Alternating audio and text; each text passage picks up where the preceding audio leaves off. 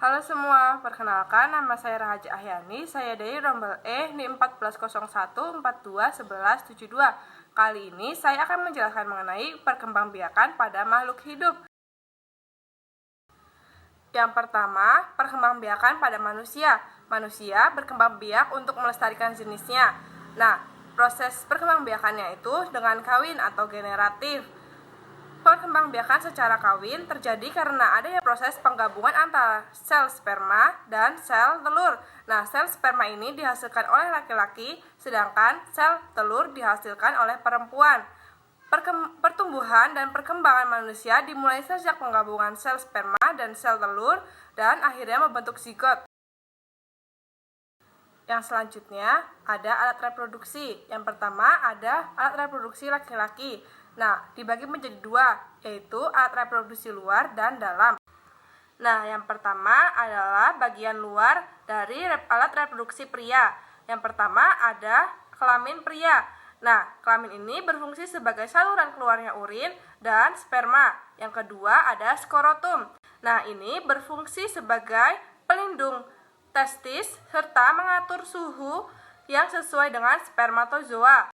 Yang selanjutnya ada alat reproduksi dalam pria. Yang pertama ada testis. Testis berfungsi sebagai penghasil sperma dan hormon testosteron. Nah, sperma ini adalah sel tunggal yang mempunyai ekor dan kepala yang merupakan sel kelamin bagi laki-laki. Dan hormon testosteron adalah senyawa yang dapat merangsang perubahan fisik pada laki-laki seperti tumbuhnya jakun, tumbuhnya bulu di tempat-tempat tertentu seperti kumis. Yang selanjutnya ada saluran sperma dibagi menjadi tiga, yaitu epididymis, lalu vas deferens, dan yang terakhir uretra. Epididymis adalah saluran yang keluar dari testis yang berbentuk seperti tanda koma dengan ukuran kurang lebih 4 cm dan berfungsi sebagai tempat penyimpanan sperma sementara. Yang kedua ada vas deferens, adalah saluran lanjutan dari epididymis yang menghubungkan epididymis dan uretra yang berfungsi untuk saluran sperma menuju uretra. Yang ketiga ada uretra. Uretra adalah saluran akhir dari saluran reproduksi laki-laki yang terdapat di dalam kelamin laki-laki. Uretra juga berfungsi sebagai saluran keluar sperma dan urin. Yang selanjutnya ada kelenjar reproduksi. Kelenjar ini berfungsi sebagai untuk memproduksi getah dan cairan yang nantinya bercampur dengan sel sperma menjadi cairan semen.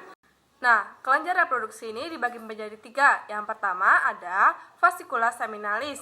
Nah, vasikula ini merupakan struktur yang terbentuk seperti kantong kusut kecil, ukurannya kurang lebih 5 cm yang terletak di belakang atau posterior dari kantong kemih. Nah, kelenjar ini menghasilkan cairan yang bersifat basah atau alkali yang mengandung fruktosa, gula, monosakarida, hormon prostaglandin, dan protein pembekuan.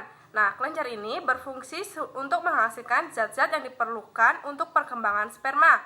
Yang kedua, ada kelenjar prostat, yaitu bagian yang berbentuk seperti kue donat yang terletak di bawah kantong kemih. Nah, kelenjar ini berfungsi menghasilkan cairan keputih-putihan yang bersifat asam yang pH-nya 6,5. Dan kelenjar ini mengandung beberapa zat diantaranya asam sitrat yang digunakan untuk menghasilkan energi atau ATP, beberapa enzim seperti pepsinogen, lisomin, dan amilase. Seminalplasmin yang berfungsi sebagai antibiotik untuk membunuh bakteri yang ada di saluran reproduksi pria. Nah, yang ketiga ada kelenjar Cowper atau bulboureta, adalah kelenjar yang berbentuk seperti kacang yang terletak di bawah prostat. Berfungsi untuk menghasilkan lendir dan cairan yang bersifat basah. Cairan ini bersifat melindungi sperma dengan cara menetralkan urin yang menghasilkan pH asam yang tersisa di dalam uretra serta melapisi uretra sehingga mengurangi sperma yang rusak selama ejakulasi. Yang selanjutnya alat reproduksi pada wanita dibagi juga menjadi dua, yaitu alat reproduksi dalam dan luar.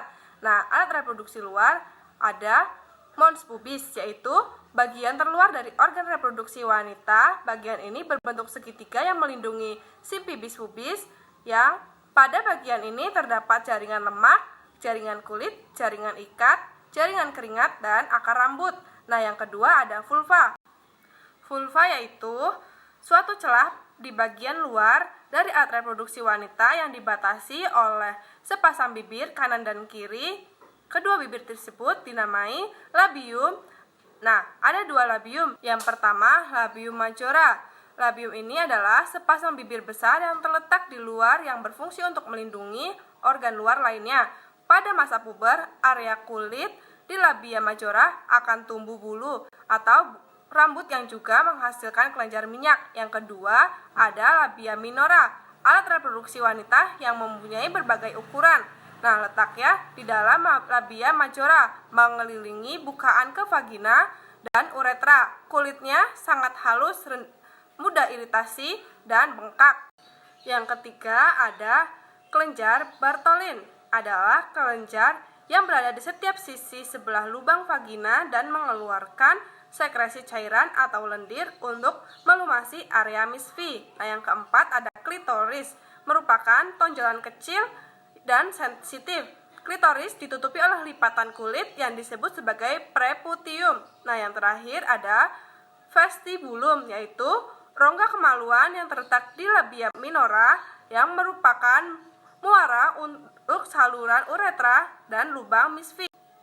Yang kedua, alat reproduksi dalam. Nah, yang pertama ada ovarium atau indung telur, adalah organ reproduksi yang terletak di sebelah kiri dan kanan rongga perut, bagian bawah yang berfungsi untuk menghasilkan sel telur. Ovarium berjumlah sepasang dan memiliki bentuk seperti telur dengan ukuran 4x3x2 cm. Di dalam ovarium terdapat kumpulan sel yang disebut sebagai folikel. Di dalam folikel inilah sel telur atau ovum berkembang. Nah, folikel ini juga menghasilkan hormon perempuan yaitu estrogen dan progesteron. Pada setiap bulan, sel telur yang telah matang akan dilepaskan dari ovarium. Proses pelepasan ini disebut ovulasi. Selanjutnya, sel telur tersebut akan ditangkap oleh fimbriae dan kemudian akan bergerak ke saluran telur atau tuba falopi. Nah, selanjutnya saluran reproduksi dibagi menjadi 3, yaitu ada tuba falopi, uterus, dan yang terakhir ada vagina. Nah, yang pertama tuba falopi atau yang biasa disebut oviduct. Tuba falopi berjumlah sepasang, yaitu kanan dan kiri, yang memanjang ke arah samping uterus yang panjangnya 10 cm. Nah, fungsi dari tuba falopi sendiri adalah membawa sel telur dari infundibulum ke rahim.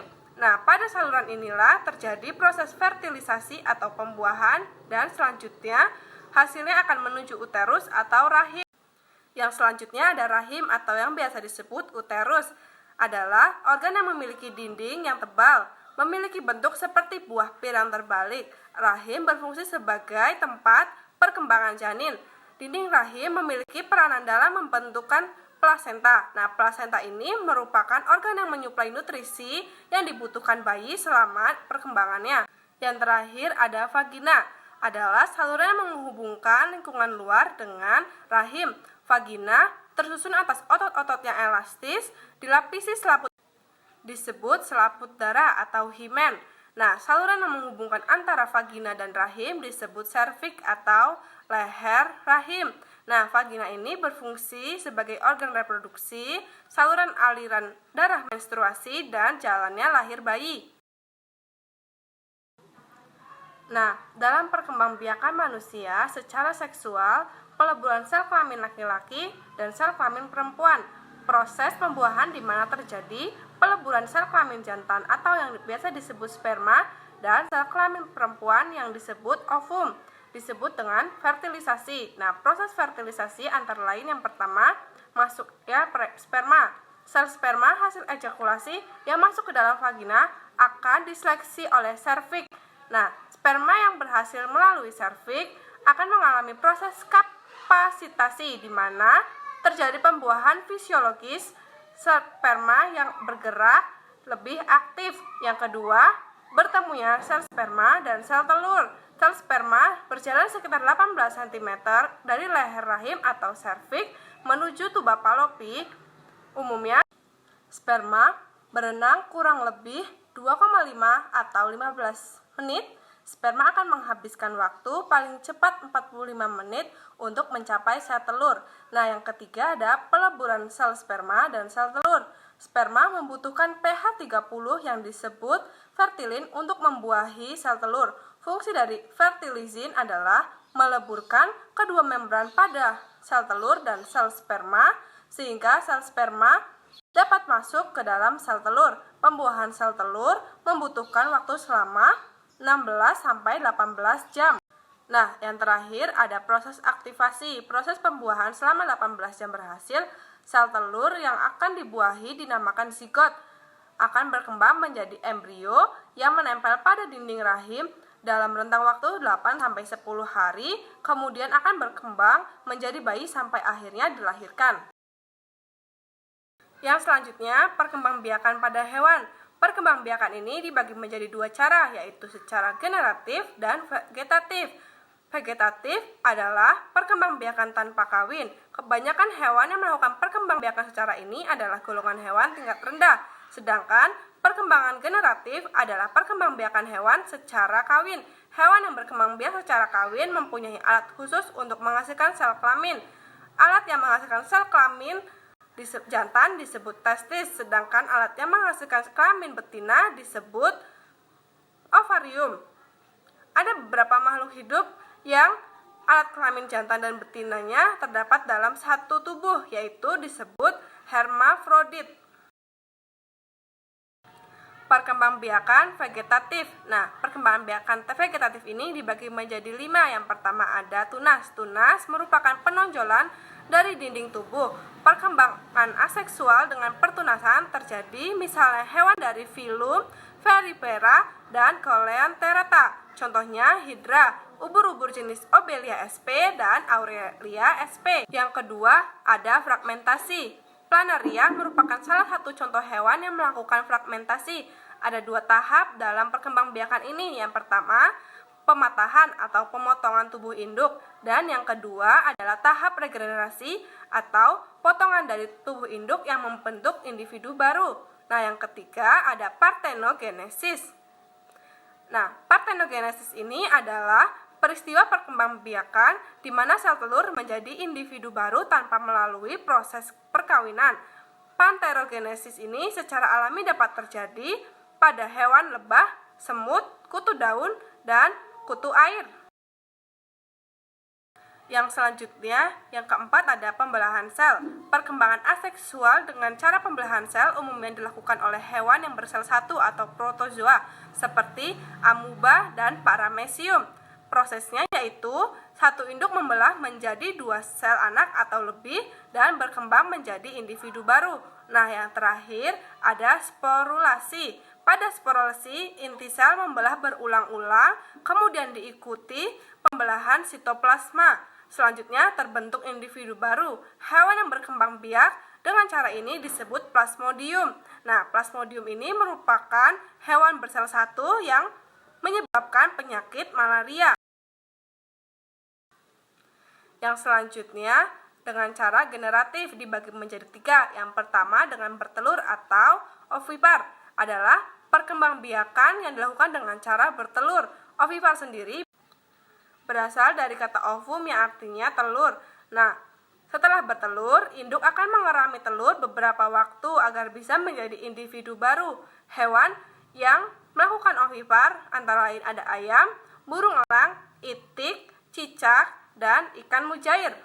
Yang kedua ada vivipar atau beranak. Nah, adalah perkembangbiakan dengan cara melahirkan atau beranak.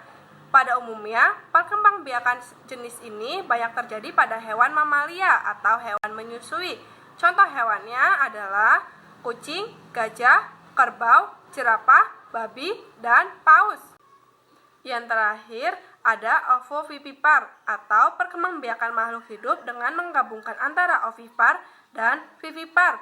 Nah, embrionya berkembang di dalam telur, tetapi telur itu berada di dalam tubuh induknya. Setelah telur itu menetas, baru induk melahirkan seekor spesies baru yang sejenis. Sebagai contohnya ada kadal, sebagian ular, dan kuda laut. Di sini saya menyertakan daftar pustaka sebagai acuan saya dalam membuat PPT ini dan video ini. Terima kasih telah menonton video saya sampai akhir. Sampai jumpa lagi.